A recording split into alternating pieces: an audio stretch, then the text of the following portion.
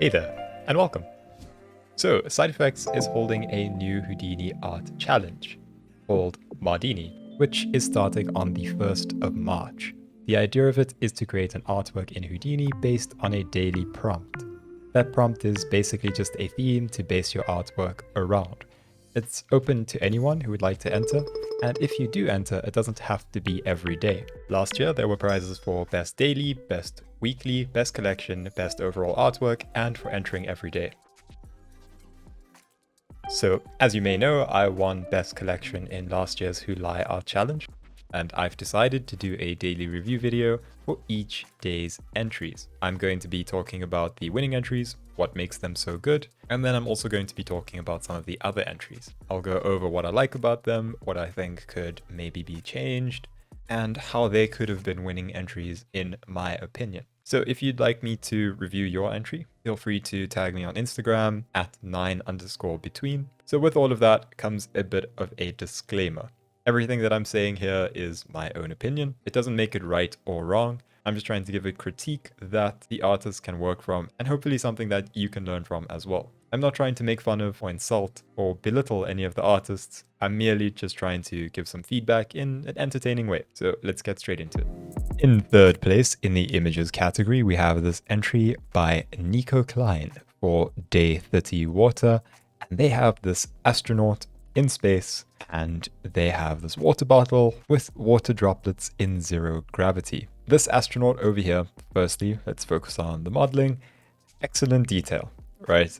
Especially for a daily challenge. I know how tricky this can be. Last year, I tried to make an astronaut for my daily challenge. It's tricky because there's a lot of cloth and vellum and things that you kind of need to get right. And they also have lots of these little extra elements, like this back plate that they have and the lights on the helmet.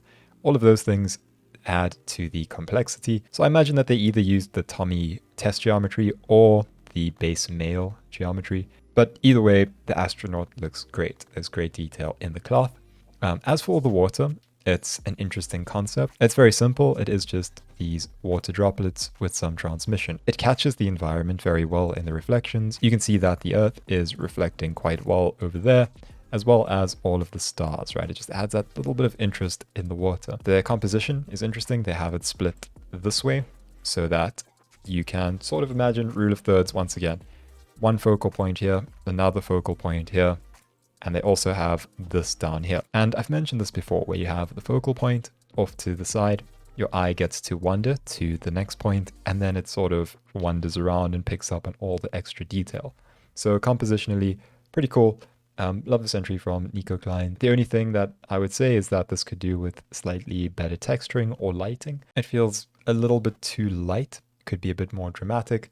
This light also feels very harsh, so maybe some light fall off could be nice. But apart from that minutiae, I think that this is a splendid entry from Nico Klein. In second place, we have this entry by Marius, and they have this rubber toy just sitting in the ocean, staring out at the sunset. Now, once again, in terms of composition, it's great. Sort of rule of thirds, off center. You have your eye being able to wander off into that distance. But the main thing about the shot is the feel that it gives, right? It's a sunset, you have the blue and purple in the sky, as well as the reflections on the water. That adds a lot of detail for not much effort. So that looks great. The other thing is that this rubber toy picks up on the reflections very well because of its material. It's reflective, so it picks up on the sun and it picks up on the sky. That looks great. I'd say the only thing is some variation in the ocean spectrum, a little bit of choppiness, maybe a decrease in the scale of the waves or so. I can't be certain, they might actually be right here, but I think the water could do with a bit more detail. Other than that, I think that the feel of this is perfect. So lovely entry by Marius. And in first place, we have this entry by Takuya Okada, and they have this dragon made of water. So this is sort of Chinese style dragon where it has these whiskers over here and the horns, and it's thin and long like a snake with the two single arms over here. As far as modeling goes, this is sick. It is excellent. So they have the claws on the dragon and the arms are in two different poses over here. That makes it exceptionally dynamic. There are these sort of horns on the actual dragon, and there's good detail. There's the smaller horns over there. You can sort of get the idea of eyes or something happening in this area because of the detail. You also get some really good shape over here, and you can notice it mostly in the reflections, how it dips in. And I think that's also because of the modeling. I think that this is almost like a segmented dragon. It's almost like a centipede or something where there's segments to it. The other cool thing is that they haven't forgotten about the back legs. There are legs over here as well, and it's all positioned in a great way. They make sure that this isn't too rigid, right? It has an organic flow to it. It doesn't just go in a perfect spiral. It sort of moves around the screen, and that makes it a lot more interesting. As for the faked dynamics, it's excellent, right? They have it so it's only sort of coming off one side. And so that doesn't distort the image too much. They also have the start of the dragon completely clear, right? There's no sort of movement over there.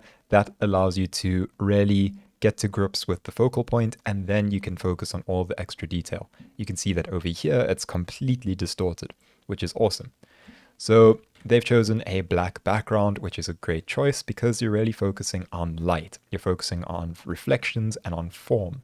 So this is the perfect choice of background. They also have great glow in the reflections on the water, and there is a little bit of refraction. You can see some color in the reflections, and that's incredible. So brilliant work from Takuya Okada. Love this entry. In third place in the animation category, we have this entry by Furuya Takumi.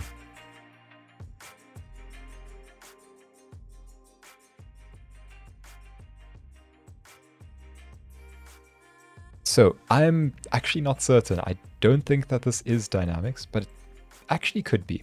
This is an exceptionally interesting shot, and I can't really decipher how it was sort of made, which makes it that much more interesting for me. But they have this weird movement where it starts to flow as if it's a simulation, but it pours into the shape and sort of slows down, right? This is very abstract. They have this lighting that sort of catches certain edges, and the lighting, I believe it moves, because as you can see, there's no real lighting initially, and then the lighting sort of catches these areas. There's very good movement in this. If this is a simulation, then that would be dynamics based, but if not, then this would be done with subs, and either way, they've got great variation in there. The one thing I would say is that maybe the lighting could accentuate some of the edges a bit better, right? Perhaps accentuating these edges so that you get more of an idea of the curvature. That's just a minor critique that I have. That's just my thought on it, but it is brilliant. There's a lot of interesting movement to this that I can't quite figure out, and I think it's awesome. Great work from Furuya Takumi. In second place, we have this entry by Resilient Picture Company.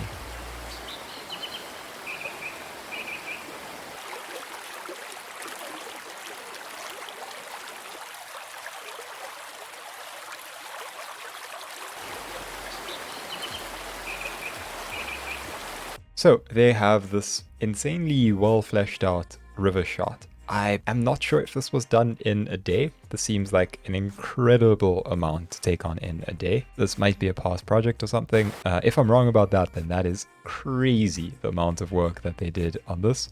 They have white water, they have multiple shots, extremely high resolution simulation. It all looks great. Camera moves are very nice. I like that they've gone for this black and white.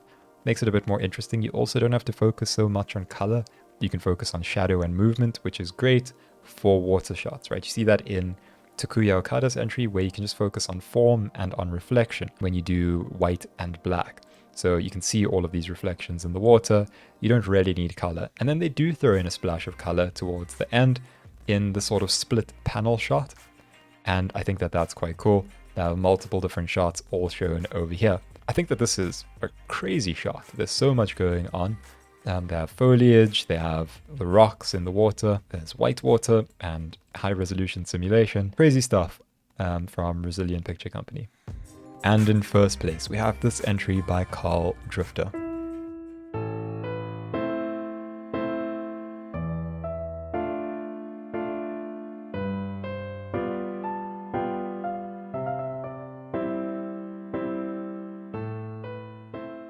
And this is honestly one of my favorite entries of the competition. I love the shot. So a couple of things that I think make this so good. Firstly, the level of detail in the environment. There's all of these water droplets. There's bokeh, you're catching some light in the background. That really makes it feel fleshed out, right? And that's just cheap detail. You just add these things at no real cost. There's these streaks in the background, whatever that may be, all of those particles. And you have this bright area over here, and this feels kind of surreal. You're not sure if you're kind of underwater, or if you're in a sort of space, or if it's just meant to be surreal. Whatever it is, this light adds a lot to the shot, because you have the light in the center and the darkening towards the edges. What this allows is for your eye to rest here initially. However, there's no focal point just yet. What you're seeing is a lot of background detail. And so this is an establishing shot. This establishing shot shows you a couple of these sort of water butterflies, but you can't really see the detail in them. Then we have this awesome focal shift, right? The shift from those in the background to this one in the foreground. Then all of a sudden that light makes a lot more sense. Now your eye is drawn towards the center. However, it's not perfect center. Once again, a sort of rule of thirds. You're catching the butterfly in this bottom right quadrant, and it's just a bit more appealing, right? It's more pleasant on the eye, especially considering the detail in the background. You get to still notice all of the movement in the background, but you now have a focal point to rest on. Then you have the slow motion movement. There's also enough time, right? This isn't a short shot. If this ended here, this would be far too quick and it would feel incomplete. But there's enough time, right? It progresses across the screen and you really get to appreciate the detail in that time. Another thing that I love is the sort of faceted shapes and the sort of weird organic movement within the actual butterfly. You can see that this faceted edge over here isn't a perfect pentagon or hexagon or whatever that is, right? There's some distortion to it. Another thing is he has refraction. There's some red, blue, and green refraction going on there, and it's just crazy. It's incredibly good. So a spectacular entry. This, where it comes into the foreground and is out of focus, and you get the bokeh over here with the particles on the leading edge. Honestly, probably one of the best entries in the competition. Love it. Finally, completely out of clap things. So this one from Forest PA, for Paul Forest. Mizu. I know that means water in Japanese. Look at me, because I watch Naruto and I remember Mizukage. I'm a weeb, and I'm showing off that I'm a weeb. I mean, that and the obvious fact that it's day 30 water, and what else would this possibly be? But I think that this shot could be so sick, right? The concept is here. It's cool. I would say start with beveling the geometry so that the light catches on the edges of this. When you have these flat planes of geometry, light can't hit this face, right? It's either on or off. You don't have variation across the surface. You don't have light fall off. It's very tricky with a perfectly flat surface. So firstly, bevel everything. That's the first big step that I think. Next, I think take inspiration from Takuya Okada and Carl Drifter, where they have a sort of play with light. They have light that bounces off and plays in refractions and that. So you have these droplets and that's great, but I think that that's just one element. Maybe use that for shallow depth of field and bokeh. You can see that you're starting to get some bokeh over there. You can ramp it up a bit, but I would say have bigger droplets, right? And this would be super simple to do. You could like create a grid, super dense grid, and then delete by a noise pattern, and then poly extrude them, convert to VDB, VDB smooth, and you would have sort of areas of water like this that would kind of appear as water droplets. And I would say even have them going over the letters on that, right? Of course, leave a bit of open space in the middle, but I think it would be awesome if this letter over here gets, a bit distorted by the water. And then you do all of the stuff that Takuya Okada and Carl Drifter do. You have the light hitting these edges over here. You have perhaps top left, right? So you have a light over here. It also hits all of these edges on your word and on this sort of ring. And then put a gradient in the background. And then it could be so good, right? Then you can get maybe a bit of a texture going on this sort of symbol. And perhaps do a metallic finish like copper or silver or iron, whatever it may be. And then you can do sort of anisotropy, an anisotropy, however you pronounce it, I never know. But don't necessarily use anisotropy, get a texture of like brushed aluminium or something. Run it on here. Run it on here, you'll get loads of like interesting little detail on this. The light will catch on this in an interesting way. Then that's probably a winning entry. Like this over here can be so cool. It would look like an album cover, right? If you just flesh it out a bit further. But that's just obviously if this wasn't necessarily a daily competition, maybe you had a bit more time. I'd hate to bash someone's entry in a daily art challenge, because I know that people have time limitations and you can't, really flesh out your idea. So I do give credit for the idea, and the idea was sick. It was really good to have this symbol, and then you just build an environment around it.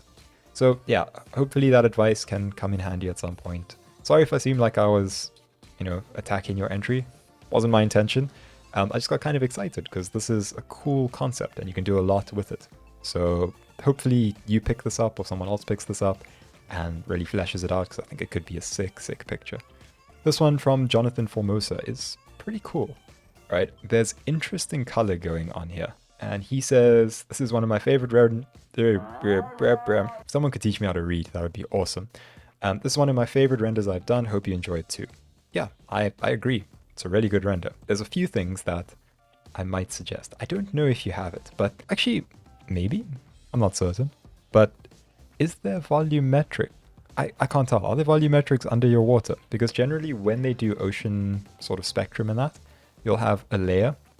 This will be refractive, right? It'll be like, you can almost think of it like a layer of glass. But then that doesn't really give you that same depth that water has, right? Where you look at it from a viewing angle and it just gets darker as you view, right? It just gets darker and darker as you view it. To get that, they often add a volumetric that perfectly matches the shape of this upper wave. So you just sort of poly extrude the same shape down or out or around, whatever, convert it to a volume, and then what happens is it sort of causes light fall off, right? It gets dark, it gives you depth. That's really cool. Then they also do sort of noise patterns in it. It makes the water seem murky. That's all like pretty cool techniques that you can use. I think the shelf tools do it by default if you're using Ocean Spectrum, but this is just something that you should probably pick up. They do it in Form a lot. It just adds depth, right? You do volumetrics underneath your water, and that just looks really good. And so yeah, another thing I would say is maybe darker over here. That might be cool, but yeah, I've very little to say about this one. I think it's awesome. There's a lot of good detail and there's nice light play, all of those good things in here. So yeah, splendid stuff, man. Keep it up. That's from Jonathan Formosa. Ooh, Fuji CGI. They have this. It looks like, are they doing, what's it called? It's not Divergence. I forgot what it's called. Houdini implemented this fairly recently where you can create bubbles under the water. I forgot what it's called. But this looks cool. I like the light play on this. The actual composition, I like that it's portrait, quite long, and you have all of this detail concentrated towards the bottom with a little bit of a leading edge towards the top. Nice stuff. That is from Fuji CGI. AB's topic, really cool stuff, right? I think the idea behind this is to have the lines running horizontally. I might be wrong, because I think it will always refract sort of around the surface, but it's a cool concept. Really cool concept. If this was executed properly, it would be insane. But I always love when people do creative things like this. Very creative. It even has creative in the file name. That's how creative it is. Oh man, this reminds me of the character from Little Nightmares 6, the raincoat. This is so good, actually. What the heck? That like wrinkling in the raincoat and the pose. Is this Georgie? Well, hey there, Georgie. Could be Georgie. But yeah, I think this over here is insane. And then I think this could maybe do with a little bit of work over here. It's like sort of mismatched art style, but I imagine it's sort of a time constraint thing. I'd love to see this fully realized, right? This little character with the rain cloud above them. Oh, it could have such an emotional like effect, but I think it's nice. It's conceptually brilliant, and this is spectacular. Love that. So great stuff by Cohort. Oh yes, this one from Burke Edah. He didn't win, right? Did he? It should have definitely come top 3. Yeah, no doubt. Special mention on this one. This concept is so good and the execution is nearly perfect. Okay, look, I do suppose the top 3 entries for animation were very good, so it's fair game. I'm gonna try and give some feedback, but all feedback is kind of inconsequential because it's done so well. A couple of things, I'd say these rocks are a little bit too reflective. Can maybe make them a bit rougher. The background, I would say do something similar to what we've seen in the past, where you have a sort of ground plane and it fades off into just darkness, right? I think we saw it with Takuya Okada's Day 3 Leap, and we saw it with that dog that was running the other day. I think it was Jason Harmon? I don't remember whose dog that was. Where you just have a patch of ground, basically. It's just textured very slightly. So maybe have like, a bit of a concrete or dirt, whatever it is, whatever you want in the foreground, and then do the background as black, because then you can have the light catch on there. Then you could even do something really cool where this emits a sort of flickering light blue around, like a campfire light, on the sort of dark ground. So everything else around the fire is in darkness, right? And then this is sort of emitting a weird light. That could be so sick. And you could just fake that by having like a light above or whatever it is. But yeah, I think that this could be insanely good if it was just worked on a little bit. And I might actually send a message to Burke because I think that this could be kind of like a portfolio piece. I think it could be that good. So spectacular stuff from Burke Edach. I'm gonna watch it one more time. So cool. Electrical pencil. Took all the pigs I modified for Mardini and threw them into the sea. No respect, man. Just chucks his pigs out.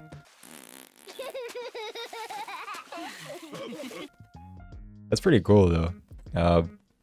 Very nice movement. It's very natural.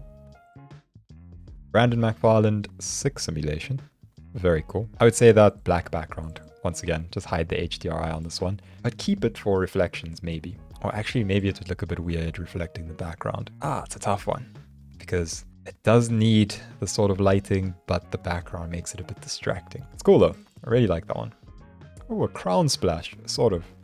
An almost crown splash. That one's from the Hassan. So, wait, is it a crown splash? Because this goes up. Yeah, what comes smashing down over there? Oh, it's the next droplet. I see. So it's one, and then a second one comes smashing. Boom. That's why it doesn't form a crown. It's still really nice though. Good stuff from the Hassan. This is pretty high resolution. Destroyer, good entry as always. Goes without saying generally. Just want to give credit where credit's due to NQ.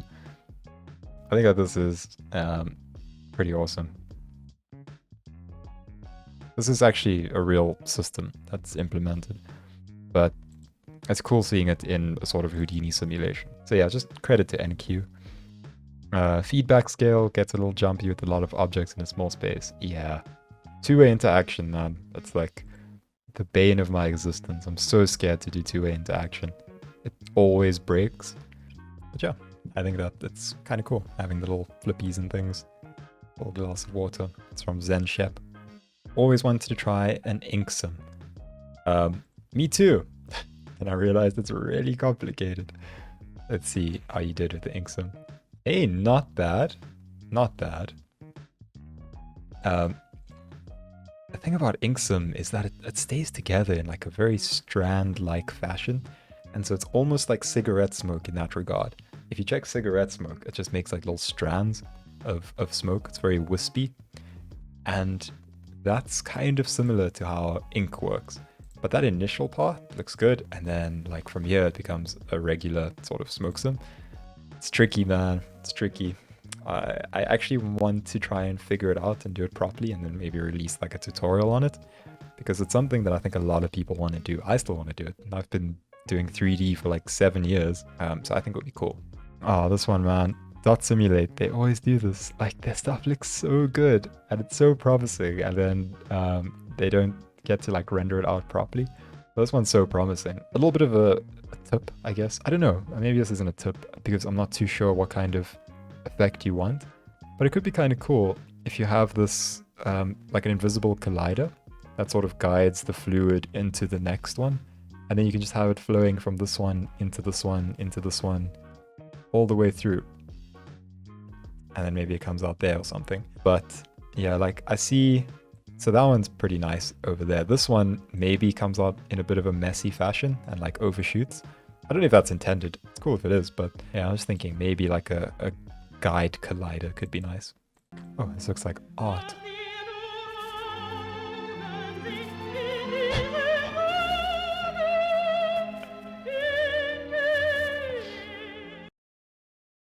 Oh, that was too much for me, man. Too emotional. Love the art style on this, though. Art style, music, that little bit of... I don't know if that distortion's even intentional, but it's kind of cool. Adds to it. This has been me every day for the last 30 days viewing everyone's artworks, because it's all just so beautiful. You all make such beautiful art. But yeah, now I need to go cry. So I'm going to go do that. I'll see you guys tomorrow. Bye.